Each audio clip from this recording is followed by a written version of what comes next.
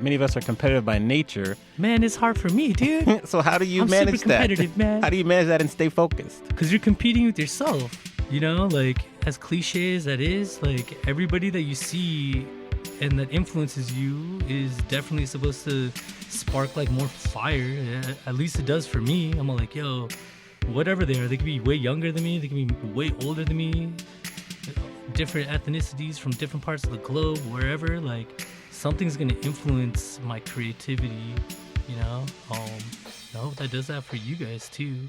But yeah, So we're competing with ourselves every day. pretty much. I mean, you know, I hope you're competing with yourself. I'm trying to, like, I just want to get better, you know, and see what other things could happen, you know, like Right. what can unfold in my life and probably like in whatever your lives are, you know. Welcome to the Amani Experience Podcast. In this podcast, you will experience wisdom, advice, and stories from creatives all over the world. Your host is Amani Roberts, who is a DJ, music producer, professor, avid book reader, and developing salsa dancer. On the show, we love to share the stories of creative professionals, especially people who've gone from the corporate life to the creative life. Once again, welcome to the Amani Experience Podcast. Welcome to episode 47 of the Amani Experience Podcast. For this show, we have Vinay Shah, otherwise known as VFresh, with us. This interview was particularly important to me because VFresh is a mentor of mine. He helped me out when I was at kind of a crossroads in my DJ career, so I was really excited to get him in the studio and talk to him. Some of my favorite things about our discussion was when he talked about competing with yourself instead of other people. And if you know, VFresh is a really competitive person, so this was interesting to hear him talk about that. Also, he talked about how he is always a student, which I found very revealing. And then he ended up by just saying, you know, keep your feet on the ground, stay humble. So I really enjoyed this conversation. I think you will as well. Remember, if you want to reach me, you can email me at podcast@amaniexperience.com. We have some exciting things planned for our 50th episode coming up soon. Thank you all very much for listening, and to the show we go. Our guest today is a well-accomplished DJ, remixer, and music composer. His background includes studying at the globally recognized Berklee College of Music, where he earned a degree in contemporary writing and production. Over the past decade, our guest has created musical underscores for films, documentaries, commercials, and more recently, podcasts. In the same time, he has arranged and remixed works for artists and record labels. Schooled in the streets and groomed in the conservatory, our guest has had his feet in both oceans when it comes to creating everlasting music for assorted multimedia, having a keen sense for cutting-edge sounds, and a discipline for classic composition. I'd like to welcome Vinay Shah to the Amani Experience Podcast. Yo, what up? Bro, Amani. What's going on? From here on out, we're going to call you VFresh. Word up. All right. So we do a little geographical check-in when we talk. So right now, where are we? Right now, we're in North Hollywood at my lab, my layer right here, you know, where I teach private lessons and make tracks and compositions. Cool. Yeah. And then where did you grow up? Yeah, I grew up in Burbank, California. That's pretty much where I grew up. Born in Los Angeles and grew up in Burbank. All right, cool. Yeah. And then you left and you went to Berklee School of Music in Boston. I did, yeah. Boston. All right. So Northeast, what made you decide to select Berklee out of all the places in the country or the world? Why Berklee? Oh, man. You know, actually, I didn't even know what Berklee was until about a year before I planned on, like, transferring there from junior college. Originally, I was actually studying business. Yeah, it's kind of gnarly. Studying business, in addition to, like, while I was already in the music game and creating like income and DJing and making beats for people. And then like a last semester of myself, like I was like, yo, you know what? I think I'm going to transfer over here but I was going to go do like business, like administration or business economics or something. That was kind of like my safety net or something, you know? Right. But I was always doing this music thing, and I was like, you know what? This is my last semester right here. Let me take this guitar class and a trumpet class. And that made me figure out, yo, what am I doing? You know, like this is what I do, this music thing. And so found out what Berklee was, and I went and tried out. Like I think the first year that I went there, it was like the first time like people actually had to try out to get into the school. And nice. I got in, and then flew out there and got to learn from the best. Word, the rest is history. So we're gonna rewind a minute. First of all, if you were gonna summarize VFresh in 30 seconds or less, how would you summarize yourself? Creator of culture. That's pretty much it. All right, keep it simple. Cool. Radiates humility. This is true. All right, and then what was the first instrument you ever learned how to play? Man, the first instrument is always going to be like my voice. So, I mean, like, you know, growing up, like I didn't really have the privilege of having instruments and things like that. So it was always like just being like creative. Making instruments, like my sister and I, we used to make like these eggshell and guitar things. Like we would get like the eggshell cartons and put like different strings on it with different rubber band sizes, and it was more creativity than voice. And then getting into 6th grade, I got my first instrument. I started playing trumpet, and that's what led me to learning how to read music. Nice. So you were creative with unique original instruments, then you went to the trumpet. Now, how many instruments can you play now? Man, in the studio, I could play a lot of things. For arranging, I play all the rhythm sections, so from all the percussion, piano, guitar, bass, turntablism, all that stuff, the scratching of records, and then like just writing for other people, like instruments that I can't play, so I write for them, and then I have them come into the studio and they read what I wrote. And then how did DJing come into your world? When did that kind of make its appearance? Oh man, so when I was in the 10th/11th grade, I got really into all that conscious hip hop world. And I got really into the underground hip-hop scene, and that was like what my life was all about, just listening to those different beats, like Jurassic 5, Dilated Peoples. Like a lot of the underground hip-hop scene was really intriguing. Common, all that conscious lifestyle, Bahamadia, all the Ruckus records, the Beat Junkies family, like all the mixtapes they used to put out, Fantastic Four. Man, so I guess like what?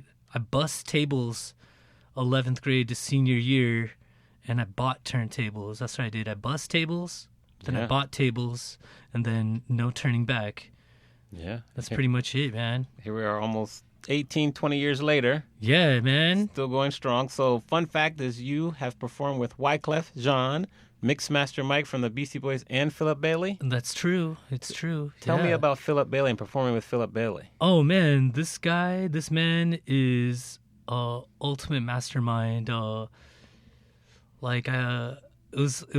all happened at the Berklee College of Music while I was going there, and a lot of the super talented, all my classmates that are like super gifted got selected to be part of this band, and we got to spend like a week rehearsing and just vibing out with Mr. Phillip Bailey, and it was pretty incredible. Like just seeing his presence and like his vision, like someone of that caliber, like that's been performing and working with so many different types of people. Mm-hmm. They just have this special poise. Definitely the Earth, Wind, and Fire family has been big, humongous influence to my music and like things that I love, and it was just a dream come true that I got to just like be immersed with like a mastermind like that. Dope. And then so you finished Berklee in like 2010, and then did you make your way back to California? Or did you stay out there? Yeah, so right when I graduated, I stuck around like the summer and that last summer before I came back out here, back home to LA. Just stuck around a little bit, worked on some tracks and things like that before I bounced Boston, but I had to come back to the sun, man. I missed the sunlight. All right. And wearing t-shirts and shorts. That's right. So from there, eventually where I met you was at Scratch Academy. So you were teaching people how to DJ at Scratch Academy. Yeah, teaching at the Scratch DJ Academy was also like another like dream come true. Like I was like, yo, man, this is insane. I get to teach like something that I'm really passionate about and that I've been working so hard at. Actually, that was one of the reasons why I wanted to go to Berklee, man. I saw this like video of Rob Swift, like back in the day. He was talking about, yo, you look at the turntable as like an instrument, right? But a lot of people, they usually don't look at the turntable like an instrument. And kind of one of my goals, like going to music school, is like, yo, like I want to prove that this is a real musical instrument, like with real proof, so that was another reason why like going to Berklee was a big deal. And then, yeah, man, like coming to Scratch DJ Academy, teaching there. One of my greatest influence too, like this is another thing, like, man, yeah, cool. Wyclef, big influence. Phillip Bailey, big influence. And then one of my most favorite DJs in the whole world, I get to work with this man. I call him the Grandmaster, Mr. Chalk, definitely legend and yes. Sickest flow and all around really, really nice human being. He's an amazing man. Yeah, Black Carlos. That's right. What up? What up, Chalk? So while you were teaching at Scratch, what were some of the most valuable, say, lessons you learned from both the instructors and the students? Man, most valuable is definitely that I'm always a student, like forever, like for this craft and just like this journey of life. Is being around people who really want to learn and that are eager in striving for excellence. That's a big deal for me because I'm always about getting better, no matter how old you are, whatever, whenever you start, not giving up. Definitely just being around like-minded individuals and people who are really, really passionate about this DJ culture, Yeah. Yes, sir. Yes, sir. And then eventually you continued on from Scratch, and now you pretty much do your own thing. And so why did you decide to do your own thing, and what have you learned so far? So, I guess like the reason why I went on my own here is I just felt like it was time for me to grow as a person, and you can't stay in your nest forever. I'm forever grateful for all of my mentors, everybody that has helped me form my vision, and learning all the skill sets from so many multiple different types of like personalities and people with different strengths and gifts. And I'm out here, man. I'm out here doing it, and it's working. And I'm grateful. Thank you to everyone that's been supporting what I do. And thank you guys. Definitely. Thank you for being a good mentor to all of us out here as students and, current students and past students. In your opinion, what is important for creative professionals such as yourself, myself, to succeed in today's business environment? Say that one more time. What's important for creative professionals such as yourself, myself, to succeed in today's business environment? Massive action. Tons of action. Not really focusing on competing and looking at what others are doing. It's all about taking action because everybody's gonna get theirs, like I'm breathing oxygen right here, man, and you got your own oxygen. Like we're all sharing this oxygen, we're all like breathing, so like there's enough for everybody. And just take massive action. It's all about taking action because all these actions that you're gonna create is what's gonna make all these amazing things unfold for you and opportunities. Just more action, being creative and not competitive. Be creative. You speak about not being competitive. That's hard for some people to, do, like many of us are competitive by nature. Man, it's hard for me, dude. So how do you I'm manage super competitive, that? man. How do you manage that and stay focused? Because you're competing with yourself, you know? Like, as cliche as that is, like, everybody that you see and that influences you is definitely supposed to spark, like, more fire. At least it does for me. I'm like, yo, whatever they are, they could be way younger than me. They can be way older than me. Different ethnicities from different parts of the globe, wherever. Like, something's going to influence my creativity, you know? And I hope that does that for you guys, too. But, yeah. So we're competing with ourselves every day.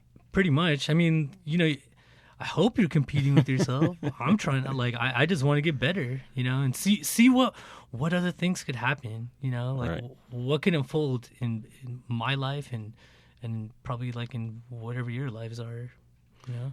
Now, at a young age, you had many different notable achievements. What would you consider the turning point in your career in terms of you looked up, you're like, wow, this is really happening, I'm all in. What would be the turning point in your opinion? You know, I guess like just doing this music thing, like ever since like the first time that I ever learned or was told that I had a gift for music was probably in the 5th grade and 6th grade. So in the 5th grade, I had this like choir teacher. Her name was Miss Carlson, and she was like, yo, never stop singing. And I was like, oh, word, I could sing? Oh, I didn't know this. And just like, you know, like people's heads like turning and things like that, like when I was like singing back in the day and learning about that. And then in 6th grade, I had a music teacher that like got me hip on the trumpet, and her name is Miss Perryman at Jordan Middle School. Shout out to Jordan in Burbank.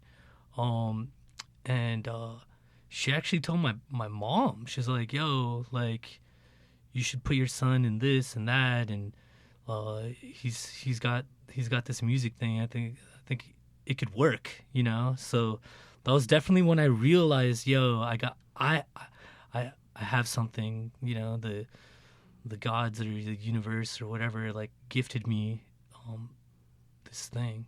And then from the 6th grade time at Jordan Middle School, when you found out that you had some skill for singing and trumpet, what were your next steps to kind of continue to refine your skills and grow? Man, after that, actually, I transferred to another junior high here in Burbank, you know, as like my family's like, you know, accomplishing more things and you know, finally living, like my parents living their dream, getting a house and all these things. So like I go to another school and I kind of put down the trumpet and I was just singing, and I joined like the vocal program, and then I was kind of all in on that, and I guess that was kind of my dream for a while. In addition to, you know, being a recluse little kid, you know, getting into trouble, skateboarding on roofs and stuff, you know, being wild in the streets, the music kept me tamed and get like a little focus, you know. Yeah. Now, in terms of a singer, are you alto, soprano? Oh, alto, soprano, those are female voices there. I mean, like at that time, you know, like tenor. Okay.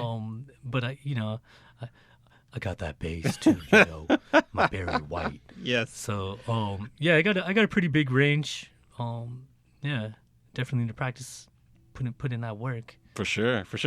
Why do you love being a DJ, composer, producer? Why do you love what you do? Man, DJing. Before DJing for me, like, it was all about being in the cut, and like no one really was even looking at the DJ. It was all like I got into it because I really got into like being in this underground lifestyle, like underground world, because like the DJ was all about being in the shadow and True. and making all of this magic for the party, for like the people. It really wasn't like a big focal point like how it is like where it's at right now, like where the DJ is like the star. Even though they are a star, you know, they're bright, shining so bright, like to make that party right, you know. But yeah, man.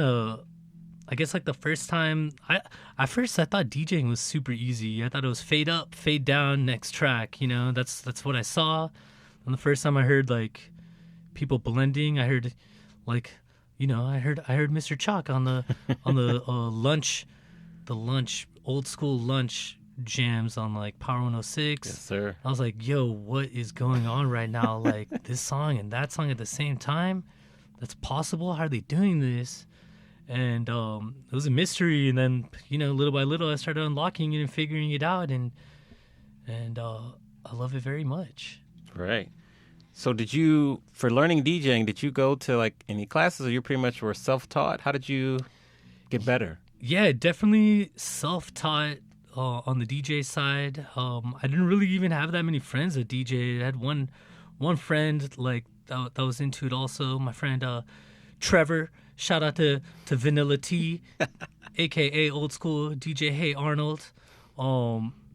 Yeah, like I got in like that was just like my only like DJ friend, but I really got into it. And this is like before like YouTube and all that stuff existed, and like there just really wasn't the internet like while I was learning. There's VHS tapes though, but those are also hard to come by. Like so like at Guitar Center, they had like these like DMC VHSs, and I was like, yo, what is this? And they didn't have any like individual ones. So I found this team one, so I got to watch like the year 2000 like team DJ battle, and I was like, man, this is insane. And just watching people and trying to recreate what they're doing. And then I started like competing in like DJ battles. I competed in like the Guitar Center battles, and I was doing pretty good. And like people were like showing me love. Like my first judge who's also now one of my friends, DJ Petrix. Shout out to him. He was one of my first judges in a battle, and also he helped me recognize that I actually had a talent and like a gift for this thing too. And like he definitely helped me realize like what I could do with this thing. And then I did DMCs, and like when I did the DMCs, like I drove, like they didn't even have them in Los Angeles, so you had to like drive up to like San Francisco and Sacramento, and I'd go compete with those guys. And a lot of those guys were really nice, and they're like, yo man, come and have a session. And like I was like, dude, this is like a candy store, man. I finally get to be around people who are like dope and try to soak up game and yeah, the community, man. It's pretty cool when people are dope and they're really nice. Yes, agreed. What was the best you ever did at a DMC competition? Man, so like definitely made always like original, some things I guess art is seen by the like it's how would I say this, man? Like it's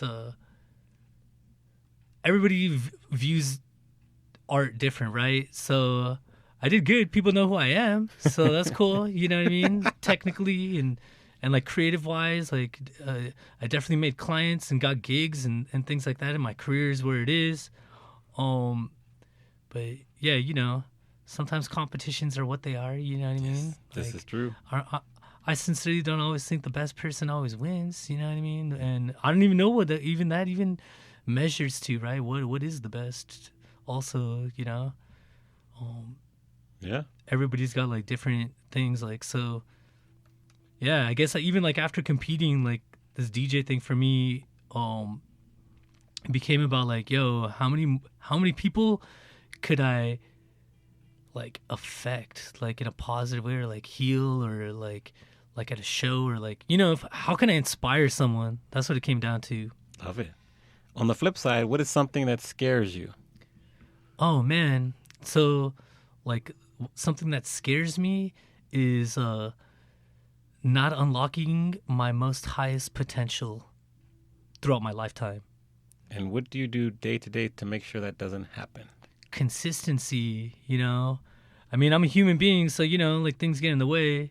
But yeah, man, like everything that you want to do, right? Like it's a habit, so like you could always keep talking about, yo, I want to be a DJ and a beat producer and compose and this and that, and we could be wishing that forever, but like making even the smallest actions like every day, like even if you did like 15 minutes every day, like you're gonna build up like a capacity to increase it to 30 minutes, to 45 minutes, to 2 hours, 3 hours, and now, like, yeah, man, I do music at least, like, I would say I'd probably put in, like, you know, like 10 hours in music every day, you know? Yeah. Like, whether it's DJing or making tracks or, like, shed boxing or teaching. So, maybe a little bit more, maybe a little bit less, but I would say, you know, I put in my time. You definitely do. You put in your work, and kind of a good segue is that our industry, between the music industry, production, all of that's very crowded. How do you rise above all the noise and distinguish yourself from the competition? Sure. It's just like what I said, like, earlier, like, it's not about competing. It really is about creating. It's about being creative because, like I said, man, like, yo, dude, we're all sharing all this oxygen. It's pretty crowded out here, right? I'm still breathing. There's still air for me. There's air for you right there, right? Everybody's got their space. And, you know, like, sometimes if some doors don't open, there's more doors. There's more doors out there. And just like whatever, like, some clubs, they might not show you love. And then, or venues or whatever, go to the venue next door. They're going to show you love. There's more out there. There's just more, you know? Yeah. There's just more out there. Definitely true. Agree And maybe with that's not even what you sincerely in your heart probably don't even really want that anyways. What you're trying to compete for. Agreed. How has a failure or an apparent failure set you up for later success? Do you have a favorite failure of yours? Man, do you gotta repeat that one more time, man? Just so I could have some time to think about that. For sure. How has a failure or an apparent failure set you up for later success? Do you have a favorite failure of yours? Man, I don't think I have a favorite failure, but I guess, like, all these things that are, like, you know, recycled right now, like, failing upward, right? So, like, I'm failing regularly, but, like, the more failures that you're going to make, that you're going to get closer to, like, your accomplishments, you know? So, I guess, like, even, like, where I'm at right now in my career is about taking some more risks, you know? It's all about taking risks, I guess. So, and sometimes you can fail on those risks, you know, but you learn a little bit more. Man, I don't know. I don't know about the failure part. Any maybe gigs or times in class, maybe you're working with one of your professors, or like back when you were working, you know, with your martial arts instructor, anything that comes to mind like that? Oh man, we didn't even talk about my kung fu guru. Yeah, anything You that know, maybe... this guy is a musical prodigy, genius, mastermind, mindset person. Man, I really can't think of one right now, dude. Okay, well, that, you know, that one, you know, we can come back to that, you know, any gigs that maybe didn't go well. Sure. But so how do you handle your critics? Because as you get more accomplished and your name gets more known, besides getting cease and desist orders, you know, how do you handle your critics? Oh, rest in peace, VFresh tree. No longer. So anyone who's got that vinyl, it's a collector's item. If you got a sticker, you can sell them on eBay. I want to check you out. I want to see what you could get for them. That'd be cool. Man, say that one more time, dude. Your critics. You know? How do you handle your critics? The haters. Dude. Oh, whoa. That's so gnarly. It's actually something I was talking about the other day. You know, everybody's got that unfollow, follow app. You know what I mean? Don't even front like you don't. Don't even front. Man, that's a tough one, you know? Because, like, even, like, your most loved ones, like, criticize you. And sometimes they don't even want you to accomplish things. And some of your childhood friends or whatever, classmates, colleagues, man, like, it's just the same thing, like, just being a standalone spirit, like, just being so grounded and, like, believing in yourself so much, because, you know, I fight every day. I'm fighting every day for my dreams, you know, like, and just like I tell all my students, man, like, yo, like, this is bigger than me, I know, but it's just not giving up, because I think when people start to criticize you, that means that you're doing something right. That's when the criticizing happens, is when you're actually doing something right. You know, something's working. And so, and I know, like, you know, the farther up whatever's going to unfold for any of us, like for our successes, the more of that shit we're going to have to deal with.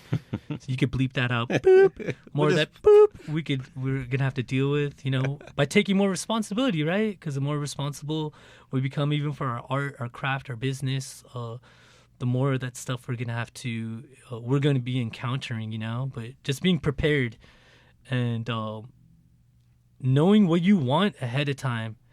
Like, you know, you have to see your vision, like, far into the future, and staying consistent with your values. I think that's a big thing for me. Like, you know, everything that I'm, like, saying and talking about, like, I'm talking to myself, you know, so I could stay grounded and be the best I could possibly be, you know, as an influencer. Agreed. Nice answer. Tell us about the darkest time in your life, how you got through that, and what did you learn from that experience? Oh, man. I got to save those for some other interviews, man. You got to share one story with us. Damn. I guess it is definitely like, you know, like critics, like, you know, like people closing doors on me, man. I'm not going to say any like specifics or names or any of that stuff, but definitely, you know, like when I'm pushing forward and things are happening and people who I count on kind of bail on me. And, you know, sometimes in this game, you know, like people stop answering your calls, you know, and I think that's kind of a bummer. And I hope, like, you know, like as myself, like as I get older and farther in this craft, like I hope I'm not doing that to anybody that I care about or that care about me, you know. But I guess that's pretty much it, you know. That's like that standalone spirit that I'm talking about, man. Because like all of this stuff just depends on like yourself, you know, like mindset and there's more people out there to work with. There's definitely more people out there to work with. Even when people let you down, that's also part of your growth. You're like, yo, okay, I'm learning a little bit more about what I'm doing, and you know, the responsibility, taking responsibility for yourself and your own actions, for myself, you know. Yeah. So if you were going to give someone some advice and say they had to run into the same thing as you, like people keep bailing on them and just really they can't get these doors open, what advice would you give to that person to keep going? One, you're not supposed to be working with that person anyways. So and there's just more people out there. There's more people out there to work with, you know. Take risks, put yourself out there, talk to more people, attend more meetings. That's pretty much it. You're just not allowed to stop. And then figure out, maybe even for myself, maybe sometimes like my approach at that given moment was not right, and I'm definitely, you know, this is all the little cliches I'm gonna say, man. It's a journey, and it's a, you know, the process, all of those things. It's real. It is real, and you know, whatever things that happened in the past, like you're learning from all of them, man. All of them. All of us are. Trust. And just become better, man. Just become better and learn from them, and hopefully you don't make that mistake with the next thing that comes in your. Well, you're most likely we're not going to, right? Because yeah, we live and learn. You got your scars already. Yes, we do. Trust the process. Who was the most influential person for you growing up? My mom. Yeah. Shout out to my mom, Maya Shah. You know, legend ping pong player. Yeah, my mom, super disciplined person. She's got like 2 master's degrees in fine arts from India. Yeah, she is a disciplined person. My mom's a hustler. She hustles. Still to this day, my mom is probably the hardest working person that I've ever seen, like ever. Hands down, my mom. Shout out to moms. Now, when you were 21 years old, you were still here in California, right? Or were you in Boston? Yeah, I was here, you know, like, it took me a long time to go to graduate school, you guys. I was figuring out a lot of things, you know, in this like hustling in the industry and just figuring out who I am, you know? Okay. Well, we're going to go back and talk to 21-year-old VFresh here in LA. True. We're going to give, what advice would you give your 21-year-old self based on what you know now? Oh, man, do not date her. No, I'm just saying. Besides that, good advice. Oh, Besides man. Man, it's, I guess, like, time management and definitely be like, also, I got pretty good, actually, at the time management thing, you know, like, for, like, my practice regimen. But definitely, spend way less than you earn. Yeah, that's great and advice. Then invest, man. Invest in your craft. Good. What's the one lesson in life that took you the longest to learn? Oh man, I'm still on that quest right now. You know. Well, so far, year to date, life to date. Lesson. Man.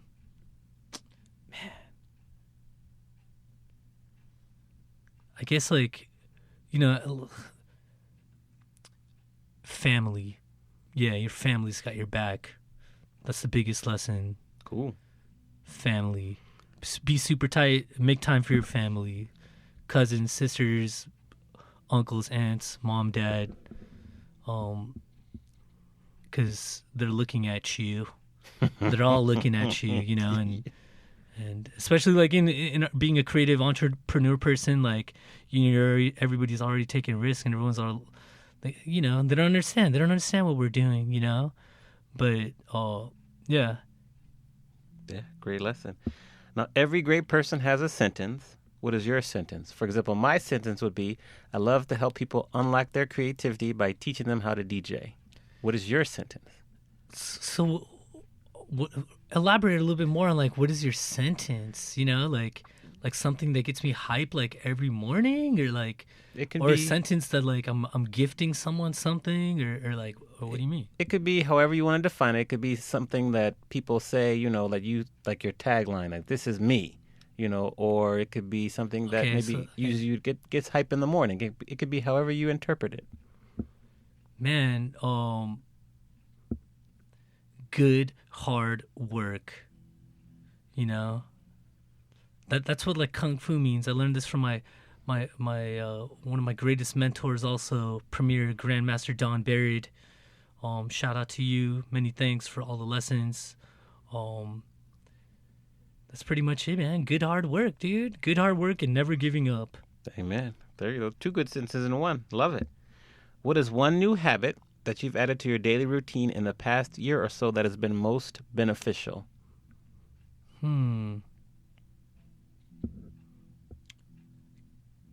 Let's see. Dead air. It's okay. A pause for the man. cause. Let's say that one more time. Okay. Give me time to think about it again. What is one new habit you've added to your daily routine in the past year or so that has been most beneficial? Got it. Being tidy. Okay. Being super tidy. Making sure, like, after, like, all my sessions, I put everything back in its place, in its home. Even when it comes down to, like, dishes and, like, my shoes and, like, yeah, man, it's kind of crazy, but it helps, you know, because, like, I had this neighbor, like, growing up. His name was Earl. This guy helped me build, like, my first, like, skateboard box and, like, my first record shelf, like, for my vinyl records. This guy was an old man, and he started going through dementia. This guy was probably the most organized person I've ever seen in my entire life. He sometimes forgot his own name, but he knew where all of his tools were. It was insane. Like, and he could, like, grab stuff with, like, literally, like, just, like, turning his eyes closed, and, like, his flow, it blew my mind. And, like, seeing someone like that, like, man, like, that loves their craft, because he was, like, crazy with wood and things like that, but he knew where all of his things were, even though sometimes he forgot his name. It was crazy, you know? Yeah, great story. Now, we're big readers. I know you like to read as well. We're big readers here on the podcast. If there is 1, 2, or 3 books you feel people should stop what they're doing right now and start to read them immediately, word. What books would you recommend? Yo, right now, I'm rereading the 10X Rule, Grant Cardone. Yeah. that guy's a little out there, but it's all about taking massive action, and I really agree with a lot of his philosophies, and it's definitely like things that you hear in a lot of books and from a lot of mentors, but like it's really cool to reestablish and hear all those things again. Taking massive action. Cool. Now 10x rule. 10x rule. Oh, that Anything means else? yeah. Here it's basically like, you have to do 10 times the amount of work for like a goal. So if I want to finish one track, I really have to finish 10. 10 tracks. Yeah. If I want like songs, if I'm gonna write one song, I'm really writing 10, because like you're going through all the kinks to get to that 10th one. Yeah. But it really means really making 100. Getting like one good one out of it. Right. So true. So we're going to take a walk, and we're going to look out over your life so far, and we're going to look and ask and see if you can share any defining moments you've had so far in your life that you feel really defined you. I think a lot of that stuff is happening right now. I feel like I'm in a different transition, like from like in the industry. Like in this music industry, what I've been fighting for. Like I guess like where I'm at right now. Like I'm on this transition right now, from not only being like being known as a DJ and accomplished turntable person and party rocker. It's definitely transitioning more into this music composer, songwriter, producer, music licensing, record label owner. Yeah. That's pretty much where I'm at, like right now. This is definitely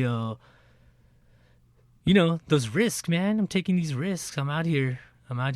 Yes, you are. I'm going for this thing, and it's working, man. And I'm really grateful to everyone that's been supporting me and pushing me and really appreciating what I have to offer. That's been probably the best part. Like all my students, all my collaborators that believe in me. Thank you guys. You are welcome.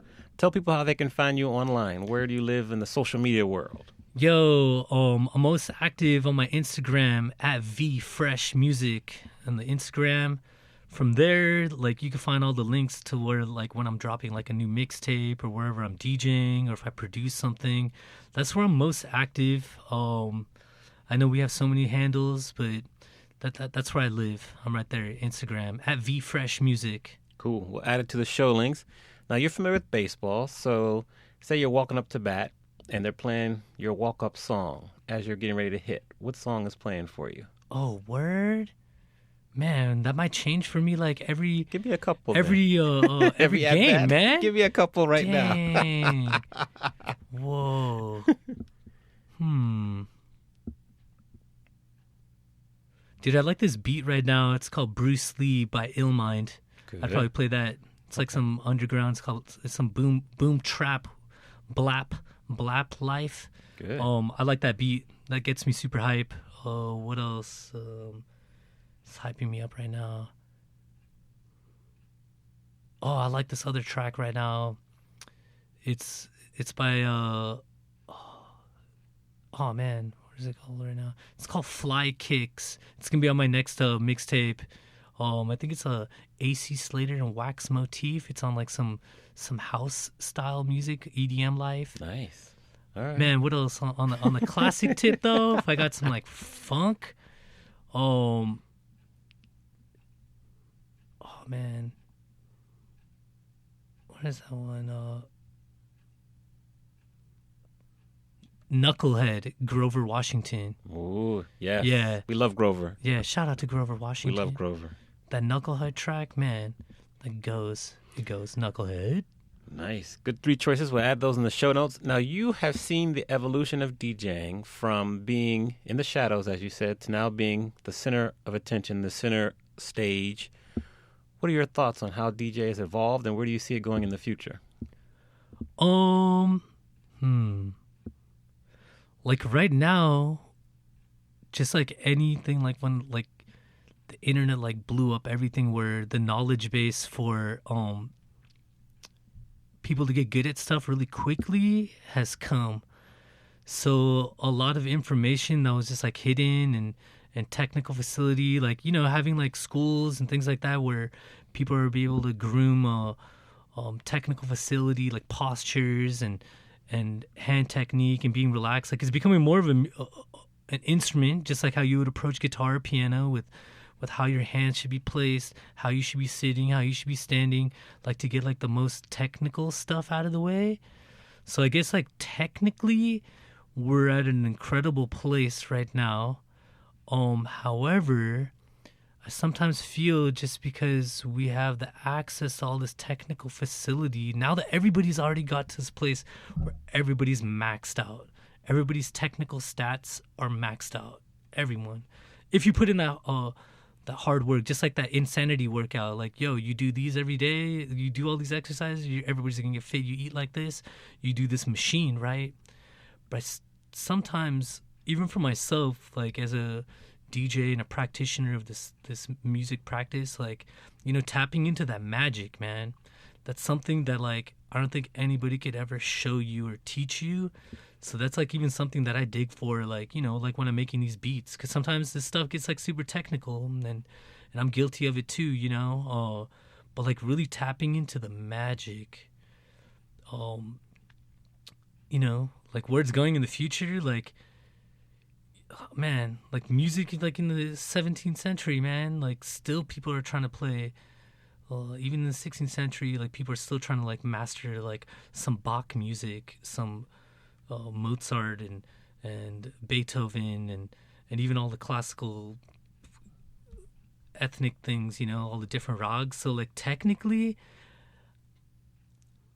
oh man, I think we're at a pretty good place at maxing out this technical life, but finding the magic in the creativity, right? That's something that I think is a little obscure right now.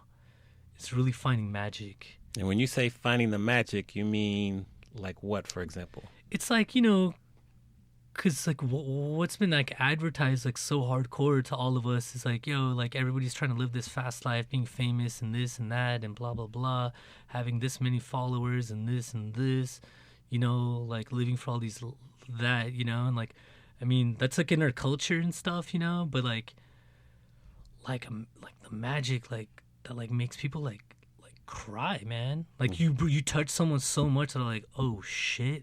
Even like an ultimate grandmaster of the craft, like if like you can make them like just drop their jaw or like open their heart or whatever they're going through, they're like, man, this is dope. Bringing joy out of people, you know, or even like getting people so hyped, like, you know, that they're all like they get like a mad adrenaline too, you know. It's giving like, you know, sharing this energy, man. Yeah, agreed. So before I ask you the final question, just want to say thank you very much for appearing on the show. I definitely personally, I have always story I always tell about VFresh is that I was at Scratch Academy and went through the final class 505 and I didn't pass. I missed passing by 2 points. So I had to repeat the class over again. And VFresh was my instructor that helped me in private lessons just relearn pretty much how to DJ properly in like 5 or 6 lessons.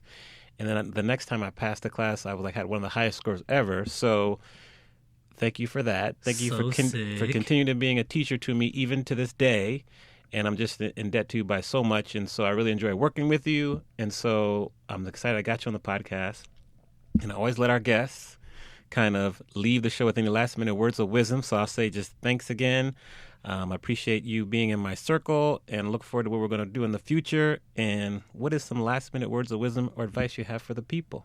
Oh man, I'm going to just bring it back to what I said earlier. Yo, man, be creative.